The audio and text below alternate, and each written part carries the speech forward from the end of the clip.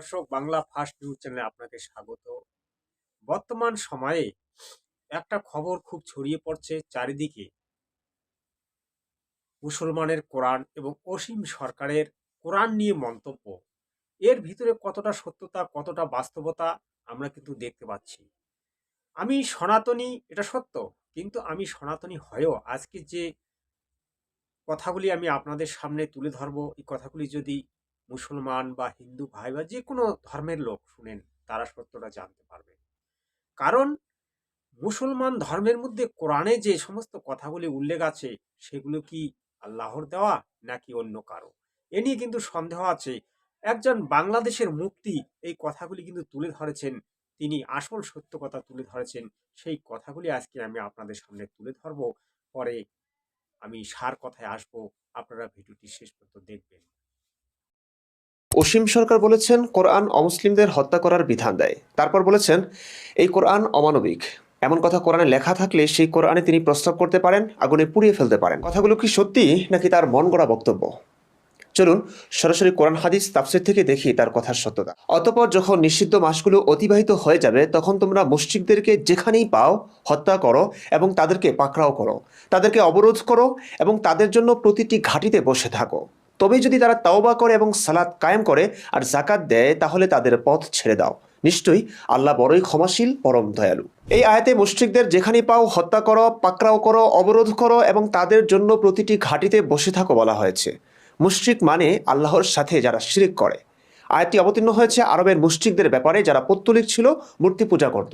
কোন একটি ঘটনাকে কেন্দ্র করে কোনো আয়াত নাজিল হলেও এই আয়াতের অধীনে সর্বযুগের সকল মুশরিকই প্রযোজ্য। এটাই ইসলামের শিক্ষা। সেই হিসাবে আয়াতটি যে কোনো মুশরিকের ব্যাপারই ইসলামের একটি অকাট্য বিধান। বর্তমানে সারা বিশ্বের সকল হিন্দু, বৌদ্ধ সকলেই এই আয়াতের বিধানের আওতাভুক্ত। মানে ইসলাম অনুযায়ী তাদের বিধান মৃত্যুদণ্ডই। তার মানে অসীম সরকার যা বলেছেন তা 100% সত্য। তার কাছে এই বিধান অমানবিক মনে হয়েছে, তাই তিনি বলেছেন যে ধর্মগ্রন্থে এমন বিধান থাকতে পারে, সেই ধর্মগ্রন্থে আমি প্রস্তাব করতে পারি বা পুড়িয়ে ফেলতে পারি। অবশ্য অসীম সরকারের এই বক্তব্যে মুসলিমরা ফুঁসে উঠেছেন। তারা দাবি করছেন এই বিধান কোরআনে নেই এবং হত্যার বিধান কোরআনে থাকতেই পারে না। যারা এমন বলছেন তাদেরকে আমরা এক্স মুসলিম জগতে স্বাগত জানাই, কারণ তাদের ঈমান নেই। ইসলাম মতে কোরআনের যে কোনো একটি আয়াতকে অস্বীকার করলে তাদের ঈমান থাকে না, তারা ইসলাম থেকে বের হয়ে যায়।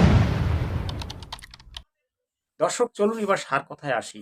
আপনারা শুনলেন ওই বাংলার মুফতির কথা, তিনি কি মিথ্যা বলেছেন? না ভাই, তিনি কোরআন শরীফ থেকে বলেছেন। তাহলে বাংলার মুসলমানরা কেন স্বীকার করছে না? বাংলার হুজুর, বাংলার যারা বড় বড় পদে অধিষ্ঠিত পণ্ডিত আছেন, মানে মুসলমানের পণ্ডিত, কিন্তু তারা কেন অস্বীকার করছেন? তারা কেন কোরআনটাকে প্রকাশ করছেন না? তাদের যদি কোরআন এই ধরনের কথার উল্লেখ না থাকে, তারা কেন ভিডিও কনফারেন্সে দেখাচ্ছেন না? ব্যাপারটা বুঝতে হবে। আসলে বাংলার যে মুসলিমরা, তারা কোরআন পড়ে না। তারা বাংলার যে শিক্ষা, সেই কালচারে তারা অভিজ্ঞ নয়। আমি এটা 100% গ্যারান্টির সঙ্গে বলবো। তারা কোরআনটাকে ঢেকে রেখে যে জলসাগুলো করে, সেগুলো তারা ওই রাজনীতি, ওই পলিটিক্স, ওই দেশের কথা, ওই জনগণের কথা, ওই হিন্দু বিরোধী কথাবার্তা তারা সেখানে বলে। এটা অমানবিক। সেই অমানবিক গ্রন্থটিকে অবিলম্বে আপনাদেরকে সংস্করণ করতে হবে, অথবা এই কোরআনটিকে আপনাদেরকে ব্যান করতে হবে। কারণ এই কোরআন থেকে যদি এই ধরনের কথার উল্লেখ থাকে, তাহলে জৈন, খ্রিস্ট এবং হিন্দু যারা অন্যান্য ধার্মিক আছে, তারা মেনে নেবে না। এই এই যে আজকে আন্দোলনটি গড়ে উঠেছে, এই যে আজকে এই যে কোরআন নিয়ে যে মন্তব্যগুলি তৈরি হয়েছে, এটা সির্ফ বাংলায় থাকবে না ভাই, এটা সারা বিশ্বের মধ্যে ছড়িয়ে যাবে। এবং হিন্দু, খ্রিস্ট, জৈন, পারসিক যতগুলি ধর্মের লোক আছে, সবাই আপনাদের উপর চাপ সৃষ্টি করবে এবং আপনারা কোথায় যাবেন সেদিন দেখবেন। আজকে আপনারা এই বাংলায় যে ধরনের কথাগুলি বলছেন, অমানবিক কথাবার্তা, সেই কথাগুলোকে ফিরিয়ে নিন এবং স্পষ্টভাবে কোরআনের যে বাণীগুলিকে দেখান, নইলে আপনারাই বিপদে পড়বেন। এই হুমায়ুন কবির আজকে বাবরি মসজিদ তৈরি করতে চেয়েছে, সে কি ধর্মপন্থায় চলছে নাকি কোনো পলিটিক্সে? ধর্ম আর পলিটিক্সে এক নয় ভাই। ধর্ম ধর্মের জায়গায় এবং পলিটিক্স পলিটিক্সের জায়গায়। সে আজকে মুসলমানদেরকে ব্যবহার করছে পলিটিক্সে, এবং ইসলাম ধর্ম নিয়ে সে খেলা খেলছে এবং ইসলাম ধর্ম নিয়ে সে রাজনীতি করছে। এটা চলতে দেওয়া যাবে না এবং চলবে না। এই হুমায়ুন কবির একটি ভোটেও জিতবে না এবং মুসলমানরা ওকে ভোট দেবে না, 100% গ্যারান্টির সঙ্গে আমি বলছি। যতই বড় বাহাদুরি করুক বাবরি মসজিদ হবে না। বাবরি মসজিদ হতে দেওয়া যাবে না।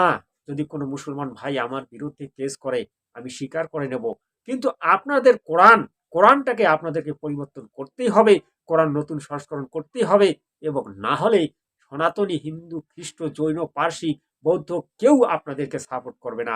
তারা একসঙ্গে গর্জে উঠবে, আগামী দিনে আপনাদের কোরআন ব্যান করতেই হবে। এই বাংলাদেশের মুফতি সাহেব কি মিথ্যা বললেন? আর আপনারা এখানে কোরআনের কথাগুলিকে তুলে ধরছেন না, সর্বদা আপনারা অসীম সরকারের বিরুদ্ধে কথা বলছেন, মানবিকতার বিরুদ্ধে কথা বলছেন, অসীম সরকারকে বিভিন্ন ধরনের গালিগালাজ দিচ্ছেন। এগুলো আপনারা কি মূর্খের পরিচয় দিচ্ছেন। তাই আমি মনে করব আপনারা মূর্খ, আর বাংলার মুসলমানকে আপনারা মূর্খ বানাচ্ছেন। অনবরত তাদের উপর রাজনীতি পলিটিক্স চালাচ্ছেন, ধর্ম থেকে শুরু করে রাজনীতি থেকে শুরু করে এই মমতা ব্যানার্জি দলে নিয়ে গিয়ে আপনারা এতদিন পলিটিক্স করেছেন, মুসলমানদের সঙ্গে বেইমানি করেছেন। ওই মুসলমানের যারা বড় বড় পদে অধিষ্ঠিত তারা যে আদেশ দেয়, বাকি ওই মূর্খ মুসলিম সমাজের লোকেরা তারা এগুলো স্বীকার করে নেয় এবং ওই মমতা ব্যানার্জিকে ভোট দেয়। মমতা ব্যানার্জি আপনাদের পদে যে বাস দিচ্ছে সেটা আপনারা বুঝলেন না। তাই আমি আজকে এই কথাগুলি বলতে বাধ্য হলাম। যারা আমার এই ভিডিওটি দেখবেন মুসলমান ভাই, আমি তোমাদেরকে ঘৃণা করি না, আমি তোমাদেরকে অত্যন্ত ভালোবাসি, কিন্তু আমি সত্যবাদী লোক। যেখানে সত্য কথা হয় সেখানেই আমি থাকি। যদা যদা হি ধর্মস্য গ্লানির্ভবতি ভারত অভ্যুত্থানম ধর্মস্য তদমাত্মানাম সৃজাম্যহম পরিত্রাণায় সাধুনাং বিনাশায় চ দুষ্কৃতাম ধর্ম সংস্থাপনার্থ সম্ভবামি যুগে যুগে। যেখানেই ধর্মের নামে গ্লানি হয়, যেখানেই ধর্মের নামে কুলুষিত হয়, যেখানেই যে গ্রন্থেই ধর্মের নামে কুৎসিত বাক্য লেখা হয় এবং কুৎসিত বাক্য প্রচার করা হয়, আমি তাদের বিরুদ্ধেই থাকবো, আজীবন থাকবো এবং সত্য কথা প্রচার করব। জয় হিন্দ, বন্দে মাতরম।